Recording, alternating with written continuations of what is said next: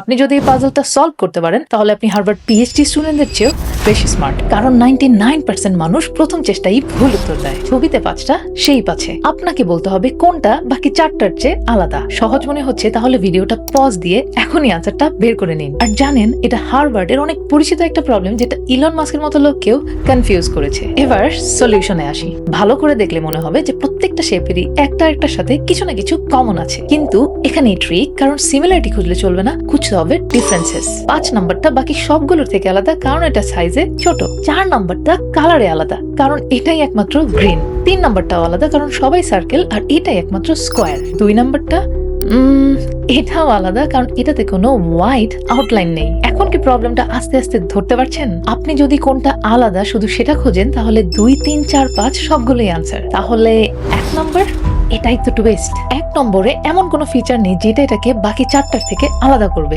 অর্থাৎ এটা আলাদা কারণ এটার আলাদা হওয়ার কোনো বৈশিষ্ট্যই নেই। তাই আনসার 1 নম্বর। কিন্তু এবার বলুন আপনি আসলে কোনটা বেছে নিয়েছিলেন?